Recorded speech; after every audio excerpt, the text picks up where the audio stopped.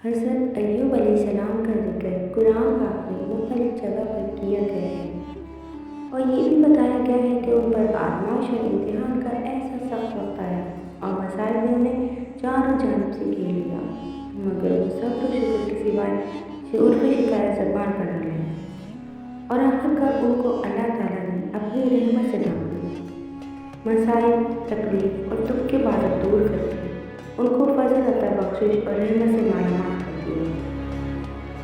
سلالہ Oman میں یہ مقام آپ دیکھ رہے ہیں، یہ ان کی قبرگاہ ہے۔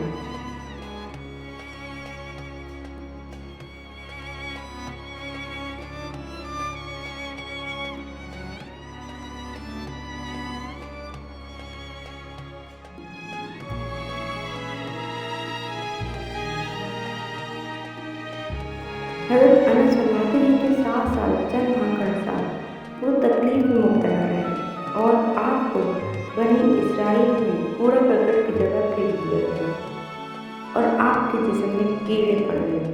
آپ کے سارے دوست احباب آپ کا ساتھ چھوڑ گئے۔ جب ان کے دوست احباب بھی ان کی سب آزمائش اور بیماری وغیرہ کو دیکھ کر ان سے سخت بیگانگی برتنے لگے تو وہ ان کو بہت شاباش دی۔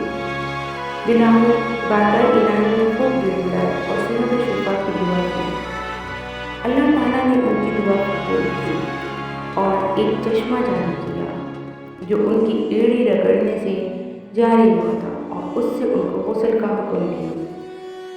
یہ راستہ نیچے کی طرف چشمے کو جاتا ہے اور یہ آپ چشمہ دیکھ رہے ہیں، یہ وہ چشمہ ہے جس سے حضرت ایوب علیہ السلام نے غسل کر کے شفا حاصل کی تھی۔ آج بھی اس مقام پر بہت سارے لوگ آتے ہیں اور غسل کر کے شفا حاصل کرتے ہیں، اس چشمے کا پانی پیتے ہیں اور گھر پہ لے کر جاتے ہیں۔ یہ مقام آپ دیکھ رہے ہیں، یہ ان کی قبرگاہ سے پہاڑوں سے اترتے ہوئے بہت نیچے کی طرف ہے۔ آپ کو اگر ویڈیو اچھی لگی ہو تو لائک، شیئر اور سبسکرائب کریے گا۔ اللہ